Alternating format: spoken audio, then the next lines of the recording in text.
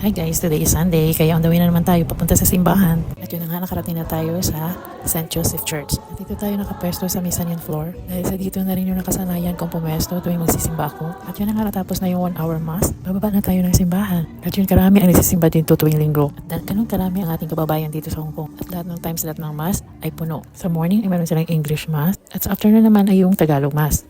At ayan, dumaan tayo dito sa grotto para magsindi ng kandila para ialis ating mga prayers. At ayan na nga, nakalababa na tayo sa simbahan. Walking na naman tayo. At hindi na nakakapagod kasi pababa na. At hanggang nakarating na tayo dito sa pinakababa. Kasi yung church ay yung parang nasa tuktok. Nasa bukid, paakyat siya. Kaya pagdating mo doon, hinihingal ka. At yun nga, dahil hindi pa ako nakapag-lunch or nakapag-breakfast, pumunta ko dito sa restaurant at kumain ng aking brunch, spring rolls, mini rice na with pork barbecue, at yung sweet na ginataang black rice. At syempre, hindi mawawala yung ating hot coffee. Because for me, coffee yung pinaka-importante sa meal ko. At yun nga, kainin natin yung ating dessert. In fairness na masarap siya. Hindi masyadong matamis. Ano daw to siya guys? Black rice. Hindi naman siya malagkit. Parang bigas lang siya. And then, nalagyan siya ng coconut milk. Masarap siya. Tama lang yung tamis. At ayan, tapos na tayong kumain. Nakakapagod na umupo doon. Siguro naka 2 hours ako doon. Sakit mo pala sa likod. Kaya lumabas na tayo dito at mag-walking. Chillax. Dahil sa in 6 days, bahay school lang tayo. Minsan ilang araw din na nasa bahay lang. Kaya i-grab na natin yung ating off day na mga paggala. Punta sa mga place na hindi nyo pinupuntan lagi. Para kakaiba naman. Pwede, diba, nakapag-exercise ka pa. At nakakakita ka pa na yung mga bago sa paningin mo. Yan, masarap sa pakiramdam. Lalo na maganda yung panahon. Hindi masyadong malamig, hindi naman mainit. At hindi crowded sa side na to. Kaya pa chill yung paglalakad. Hanggang sa nakarating tayo dito sa Central Market. Pero wag muna tayong pumasok dyan. Dito muna tayo sa labas hanggang di pa madilim. Walking muna tayo dito sa labas. Tingnan mo naman yung kasabay ko guys. Ang haba naman ng suot niya. Parang nililinisan niya yung daanan niya. Siguro kung maraming tao, naapaka na siya.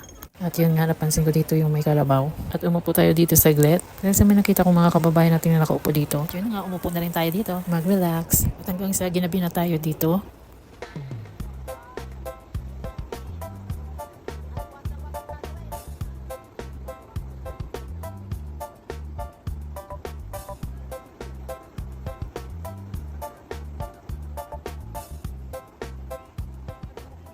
At yan na nga guys, hanggang sa ginabi na tayo dito. Hanggang sa napaisipan ko mag-video ako at mag-picture for memories. Yan ang madalas namin ginagawa dito pag pumupunta kami sa ibang lugar. Collecting pictures for remembrance.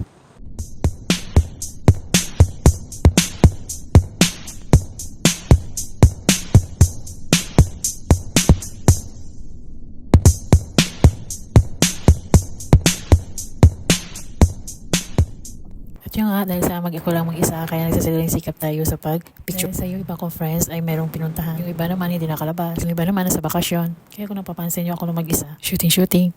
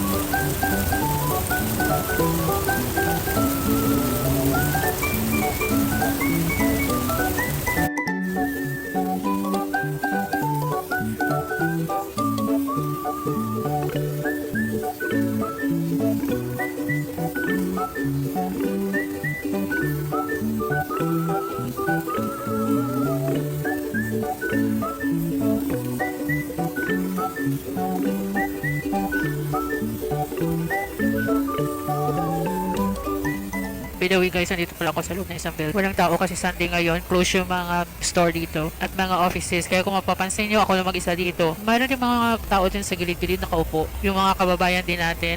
Kaya ako nakapapicture dito kasi walang tao. Diba? Parang sarili mo yung mundo. Siguro pag weekdays, marami ding tao dito. Kasi parang commercial building yata to. At saka medyo gabi na, siguro nagsiuwian na yung mga tumambay dito na ating mga kababayan. At yun na nga, dahil sa 8 o'clock na, sumakay na ako sa bus pa pauwi sa amin.